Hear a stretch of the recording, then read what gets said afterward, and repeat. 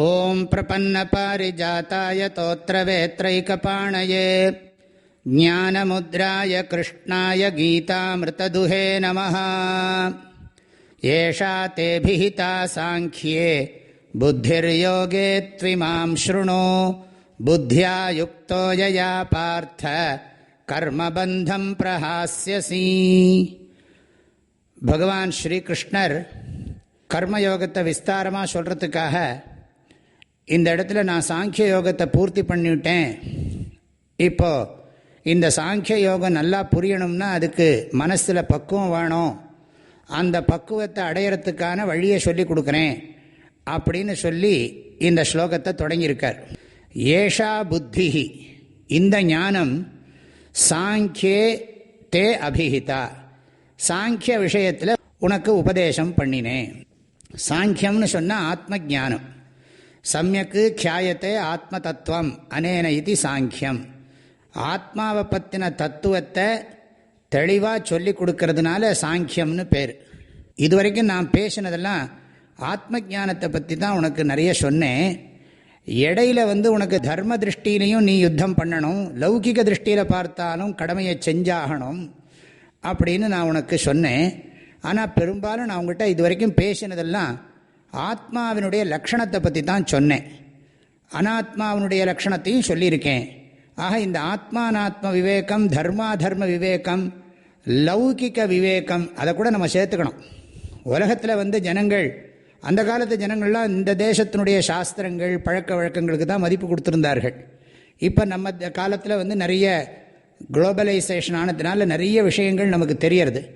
இருந்தாலும் இதனுடைய ரெலவன்ஸ் என்றைக்கும் மாறாது.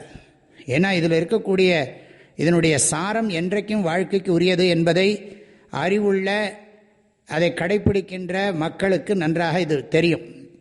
எனவே அர்ஜுனா, இந்த சாங்கிய விஷயத்தை இப்போ நான் உனக்கு உபதேசம் பண்ணேன். இது வரைக்கும் இந்த விஷயம் உனக்கு புரியலேன்னு சொன்னால் அதுக்கு காரணம் சித்த சுத்தி, சித்த ஏகாகிரதை இல்லாதது தான்.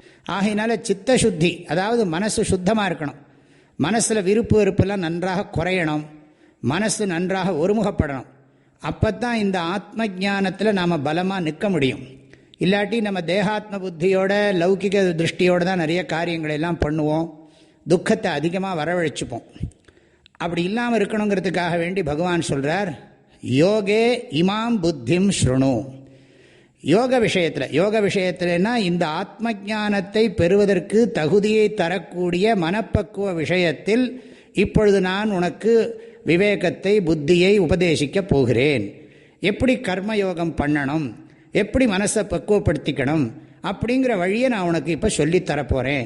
இதை நீ கவனமாக கேட்கணுங்கிறார். ஸ்ருணு, பொறுமையாக கவனமாக நீ கேட்கணும். நீ ஒருவேளை கேட்கலாம், இதனால் எனக்கு என்ன பிரயோஜனம் அப்படின்னு நீ கேட்கலாம். புத்தியா யுக்தோ யயா பார்த்த கர்மபந்தம் பிரஹாஸ்யசி. நீ இந்த கர்மயோக புத்தியை தெரிந்து கொண்டே ஆனால் நம்ம வேலை செய்கிற போது எப்படி செய்யணும், லாபத்தையும் நஷ்டத்தையும் வெற்றியையும் தோல்வியையும் எப்படி சமமாக பண்ணுறது அப்படிங்கிற ஒரு மனோபாவனையை வளர்த்துக்கிறதுக்கு நீ எப்படியெல்லாம் செயல்படணும் அப்படின்னு நான் உனக்கு சொல்லித்தரப்போகிறேன். அந்த புத்தி என்ன பண்ணணும்னு கேட்டால், உனக்கு வேலை செய்கிற போது டென்ஷன் இருக்காது மனசில். அதே சமயம் அதனுடைய ரிசல்ட்டு, அதனுடைய பிரயோஜனம் வரப்போதும் மனசுக்கு கஷ்டம் வராது. நீ எல்லாத்தையும் மனசு பக்குவத்துக்காக ஏற்றுக்கொள்ளக்கூடிய உனக்கு ஒரு சக்தி வரும். அப்படிங்கிறது தான் ரெண்டாவது வரியில் சொல்கிறார்.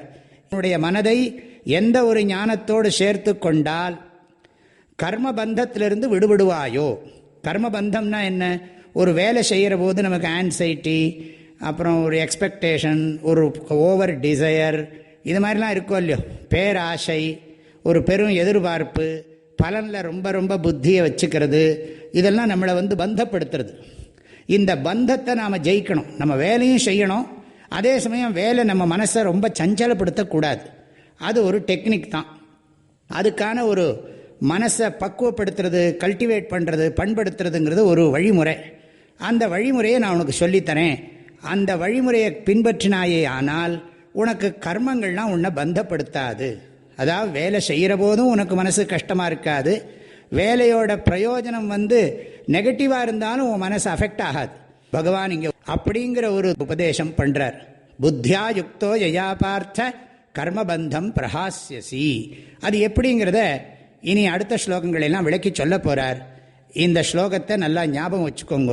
கிருஷ்ணர், இதுவரைக்கும் நான் உனக்கு ஆத்ம ஞானத்தை உபதேசம் பண்ணினேன், இப்போ ஆத்ம ஞான டாப்பிக்கை பூர்த்தி பண்ணி நான் கர்மயோகத்தை தொடங்குறேன்னு இந்த இடத்துல ஃபார்மலாக சொல்கிறார். இந்த கர்மயோக ஞானத்தோடு நீ கர்மத்தை பண்ணினியானால் உனக்கு கர்மம் வேலை பண்ணுற போதும் அதோட பிரயோஜனம் வர்ற போதும் மனசை பாதிக்காத ஒரு சக்தி வந்துடும். அதுக்காக நான் இதை உபதேசம் பண்ணுறேன்னு என்ன சொல்ல போகிறேங்கிறத பகவான் பிரதிஜை பண்ணுறார். தொடர்ந்து நாம் இந்த ஸ்லோகங்களுடைய அர்த்தத்தை எல்லாம் சிந்தனை பண்ணுறதுக்கு பகவான் ஸ்ரீகிருஷ்ணர் நம்ம எல்லாருக்கும் அனுகிரகம் பண்ணட்டும். அனைவருக்கும் மனமார்ந்த நல்வாழ்த்துக்கள். ஹரி ஓம்.